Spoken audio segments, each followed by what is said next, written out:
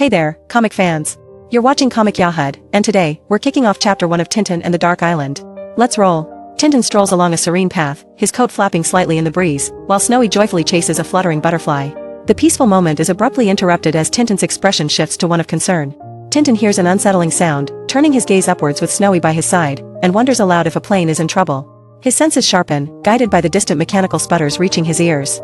As the spluttering plane becomes visible, Tintin watches its precarious flight across the sky, murmuring to himself, "Sounds bad."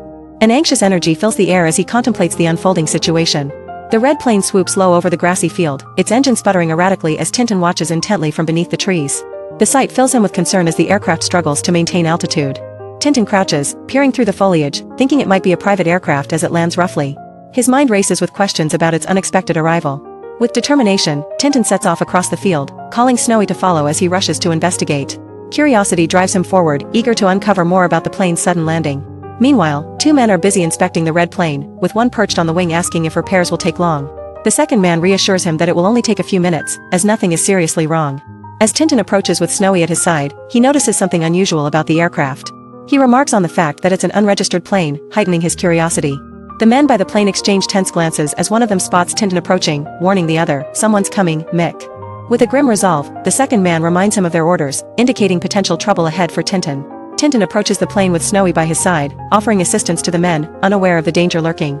His genuine concern is met with a suspicious glare from the men, who seem to be hiding something. Without warning, one of the men draws a gun and fires, shattering the calm. Tintin lies unconscious on the grass as the plane takes off, leaving Snowy to bark frantically at the retreating aircraft. The tension mounts as Snowy rushes to his side, eager to wake his fallen friend.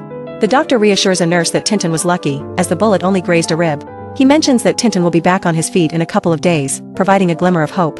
A nurse, startled by a voice, looks up as someone addresses her. Her expression shows a mix of surprise and attentiveness as she clutches some papers. Thompson and Thompson politely inquire if they can visit Tintin, to which the nurse nods and invites them to go in. Their concern for Tintin is evident as they prepare to see their friend. As they enter Tintin's room, Thompson and Thompson immediately ask him about the plane, concerned if it had no registration marks. Tintin, propped up in bed, assures them with confidence that he is quite certain about the absence of any markings. Their skepticism is apparent as they discuss the situation, each echoing the other's sentiment that the whole affair seems suspicious. Tintin listens carefully, aware of their shared unease about the mysterious plane's intentions. Just then, a nurse interrupts their conversation, politely informing them that there's a telephone call for either Mr. Thompson or Mr. Thompson. The detectives exchange a quick glance, their curiosity piqued by what the call might reveal. Thompson, with his usual confusion over his name, listens intently to the phone call from Scotland Yard about a mysterious incident in East Down. He nods at Thompson, indicating they must leave immediately for England to investigate the plane crash. Approaching Tintin's bedside, Thompson explains the urgency of their departure, mentioning the unregistered plane crash in Sussex. Tintin listens with concern, understanding the gravity of their mission and offering a supportive farewell. Tintin, ever the good friend, smiles warmly as he bids them goodbye, offering a light-hearted reminder to be careful. His words echo with a sense of camaraderie, even as the detectives prepare for their journey. Thompson and Thompson cheerfully stroll down the hallway, oblivious to the wet floor they are stepping on. Their jovial thanks echo in the corridor as they exit, leaving a trail of water behind them. Suddenly, a loud crash reverberates through the building, jolting Tintin awake in his hospital bed. Startled, he glances around, trying to comprehend the source of the commotion. Back in the hallway, the detectives are entangled in a heated exchange, blaming each other for the mishap. Their bickering continues as they attempt to regain their composure and dignity. Tintin, deep in thought, decides he must go to Eastdown despite his doctor's orders, feeling a pull towards the unknown. Snowy watches him intently, sensing the urgency in his voice as he resolves to take action. As Tintin rushes out, he politely thanks the nurse, who is startled and accidentally spills water on Snowy. The nurse's surprise is matched by Tintin's determined stride, leaving no room for hesitation. Meanwhile, two men discuss last night's events, expressing regret that Tintin survived an attack. Their conversation reveals a sinister intent, casting a shadow over Tintin's determination to proceed with his plan. At the bustling train station, Tintin and Snowy make their way towards the train bound for London, while a man inside urgently shouts, "Look," pointing towards them. The crowded platform is filled with passengers, each absorbed in their own world, unaware of the danger Tintin might be in. The train speeds along the tracks, its green carriages carving a path through the countryside, carrying Tintin away from the station. The rhythmic clatter of the wheels on the tracks underscores the urgency of his journey. Inside the compartment, Tintin sits pensively with Snowy napping beside him, both resting on a spread of newspapers. The gentle sway of the train adds to Tintin's contemplative mood as he considers his next steps. Suddenly, the train jolts to an abrupt stop, causing Tintin to tumble off his seat with a startled expression, while Snowy looks on curiously. The unexpected halt catches him off guard, filling the compartment with a sense of surprise. Regaining his composure, Tintin leans out of the window, eyes scanning the landscape as he wonders aloud, "Why have we stopped?" His voice carries a note of urgency, matching the concern etched on his face. Determined to find answers, Tintin turns to Snowy and suggests, "Let's look in the corridor." With a quick nod to his companion, he strides purposefully towards the compartment door, Snowy eagerly following at his heels. Tintin pauses, noticing the broken glass and disarray in the corridor, a question hovering above him as Snowy barks in confusion.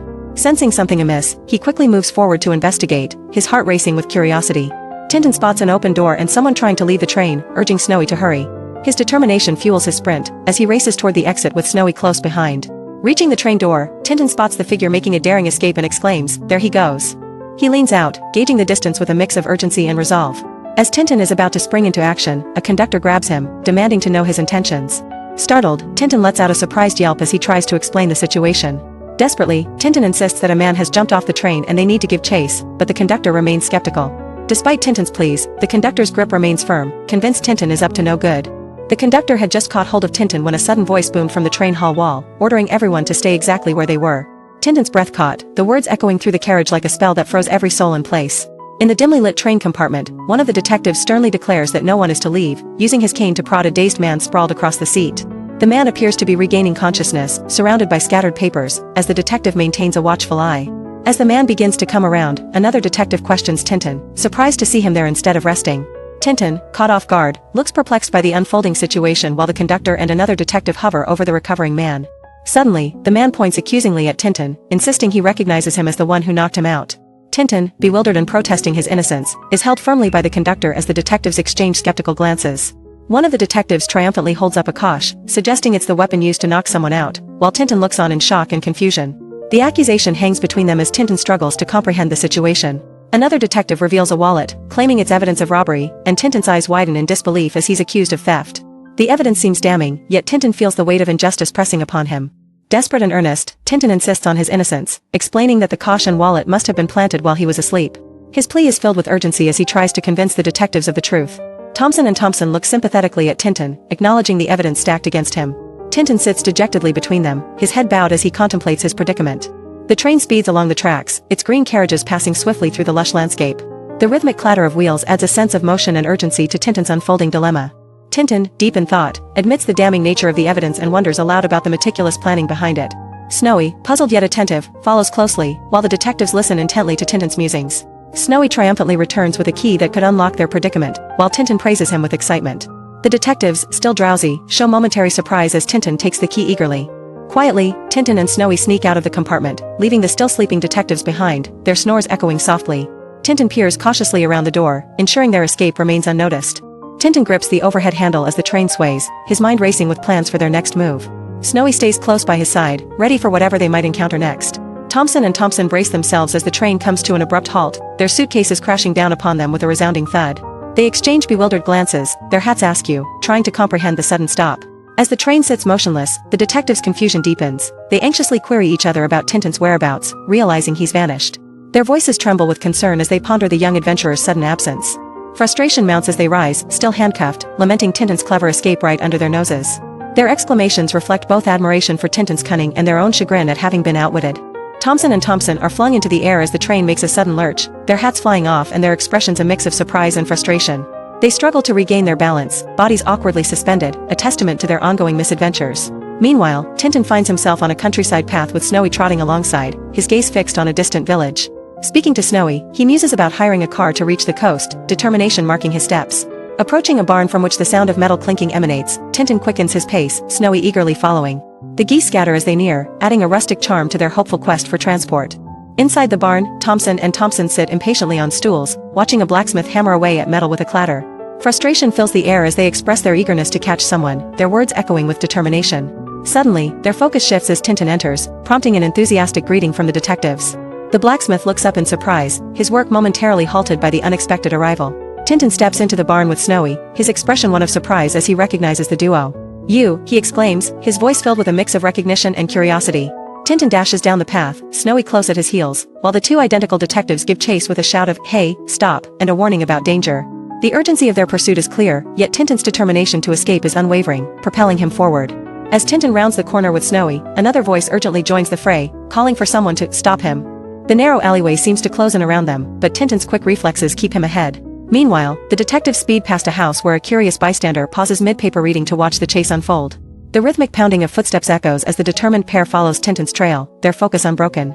Thompson and Thompson halt abruptly on the dusty village road, perplexed by Tintin's sudden disappearance.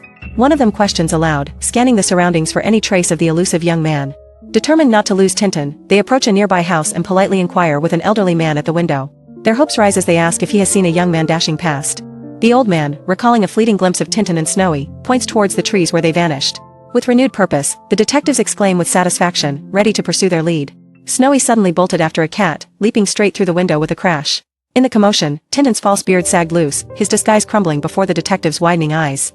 The startled detectives quickly realize the significance of Snowy's appearance, alerting his companion with a shout that it's Tintin. Tintin, peering from the window, understands that his cover is blown as the detectives advance.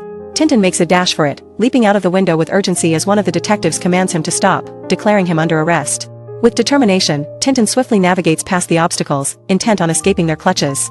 Tintin races through a narrow alleyway, clutching his fake white beard tightly as the detective's shouts ring out behind him. His heart pounds with each step, determined to put as much distance as possible between them. Thompson and Thompson sprint after him, their footsteps echoing on the cobblestones, as one confidently asserts they are closing in. However, their focus wavers as they narrowly avoid a lamppost, continuing their pursuit with renewed vigor. In a comedic twist, the detectives collide with the lamppost, tumbling into a heap, their hats and canes clattering around them. Their blunder gives Tintin the crucial seconds he needs to widen the gap, leaving them momentarily dazed on the pavement. Tintin races down a country road, glancing back to ensure he isn't being followed, his coat flapping behind him like a cape. The peaceful countryside contrasts with the urgency in his stride as he aims for safety. With Snowy trotting beside him, Tintin scolds his loyal companion for making noise, which nearly compromised their escape. The duo quickly regains their composure, determined to put more distance between themselves and the detectives. Spotting a lorry approaching, Tintin seizes the opportunity to hitch a ride, hoping it will take them further away from pursuit. As he waves to flag down the driver, a sense of relief flickers momentarily on his face. Tintin waves energetically to catch the driver's attention as Snowy looks on, both hopeful for a swift escape. The lorry begins to slow down, and Tintin's heart races with the promise of safety just ahead. Inside the lorry, Tintin expresses his luck that the driver is heading to the docks, hoping to reach the cross-channel ferry in time. The driver nods confidently, accelerating down the road with urgency. On the ferry, sailors pull up the gangway as a commanding officer ensures everything is in place. Tintin's heart pounds with relief, knowing they've boarded just in time to evade any pursuers. Two men, hidden behind their disguises, share a smug confidence in their plan, believing Tintin will be preoccupied long enough for them to escape. They chat casually, their voices low and secretive, as they gaze out the window. Meanwhile, Tintin dashes onto the ship with Snowy, just as the gangway is pulled up, leaving the sailors puzzled by his last-minute arrival. Tintin, breathless yet relieved, barely notices the curious stares from the crew. That's the end of this chapter. If you're enjoying the story, continue to the next one and don't forget to like and subscribe for more comic adventures on Comic Yahud.